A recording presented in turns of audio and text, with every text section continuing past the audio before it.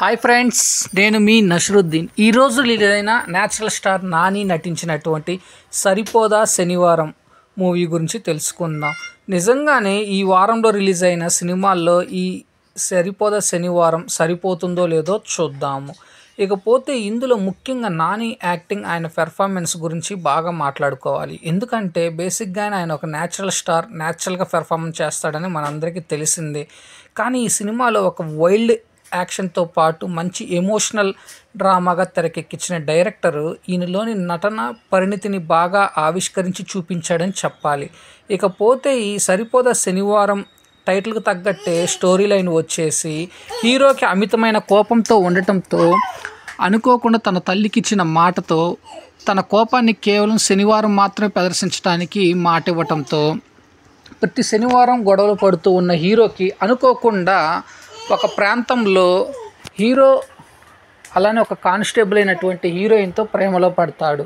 ఆ తదనంతరము అదే ప్రాంతంలోకి ఒక వైల్డ్ క్రూరమైన ఒక పోలీస్ ఆఫీసర్ అయినటువంటి క్యారెక్టర్ ప్లే చేసిన ఎస్జే సూర్య క్యారెక్టర్ రావటము, ఆ తదనంతరము తన అధికార బలంతో ఆ ఊరిలోని ప్రజలను చీల్చి చెండాడుతూ వాళ్ళను బాగా హింసిస్తున్న ప్రాసెస్లో సరిపోదా శనివారం అన్నట్టు మంచి పవర్ఫుల్ రోల్లో ప్లే చేసిన నాని అతనితోటి ఎటువంటి యాక్షన్స్ అనేది చూపించాడు అనేదే సినిమా స్టోరీ లైన్. ఆ తదనంతరం హీరో హీరోయిన్ మధ్య వచ్చే ప్రేమ కథ సన్నివేశాలు బాగా ఆకట్టుకుంటాయి.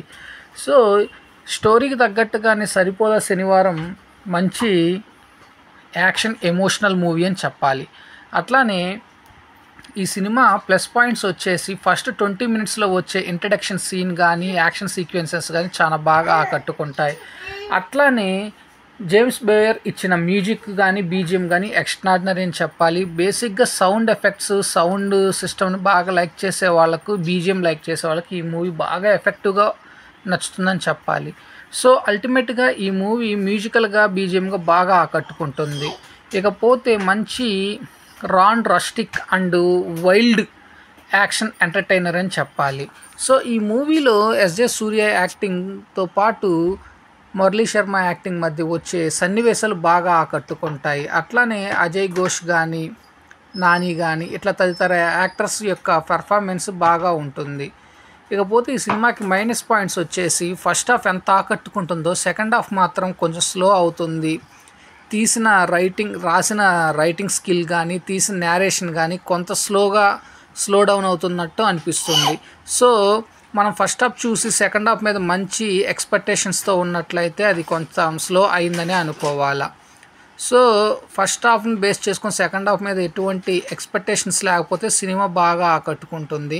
కానీ ఓవర్ ఎక్స్పెక్టేషన్తో సినిమా సెకండ్ హాఫ్ మీద ఉన్నట్లయితే సినిమా కొంత ల్యాక్ చేశాడని అనిపిస్తుంది. ఇకపోతే టెక్నికల్ ఆస్పెక్ట్లో చూసుకున్నట్లయితే సినిమాటోగ్రఫీ బాగుంటుంది. ఇకపోతే ఎడిటింగ్ బాగా కట్ చేశాడు. సినిమాలో ఎక్కడ ఏ సీన్ ఉండాలి, ఎటువంటి సన్నివేశం ఎట్లా లింక్ అవ్వాలనేది ఎడిటింగ్ బాగా పనిచెప్పారు, తను చూపించాడు. ఇక సినిమాటోగ్రఫీ చాలా బాగా కుదిరింది. ఇక టెక్నికల్ ఆస్పెక్ట్లో కెమెరా పనితనం కానీ ఇవన్నీ చాలా బాగా కుదిరాయి. ప్రొడక్షన్ వాల్యూస్ చాలా రిచ్గా మెయింటైన్ చేశారు. ఈ మధ్య కాలంలో ఇటువంటి యాక్షన్ పెర్ఫార్మెన్స్ అండ్ యాక్టింగ్తో నాని రావటం విశేషము. చాలా బాగా ఆకట్టుకుంది. ఓవరాల్గా చూసుకున్నట్లయితే ఈ వీక్లో వచ్చిన one of the best movie అని చెప్పాలి. ఓవరాల్గా నేను ఇచ్చే ఈ సినిమాకి రేటింగ్ వచ్చేసి అవుట్ ఆఫ్ 5లో 3.1. సో ఫ్రెండ్స్, నేను ఇచ్చిన రివ్యూ అనేది మీకు నచ్చినట్లయితే నా ఛానల్ సబ్స్క్రైబ్ చేసుకోండి. నా ఛానల్ పేరు వచ్చేసి TSM Blog. Thank you. నేను మీ నషరుద్దీన్.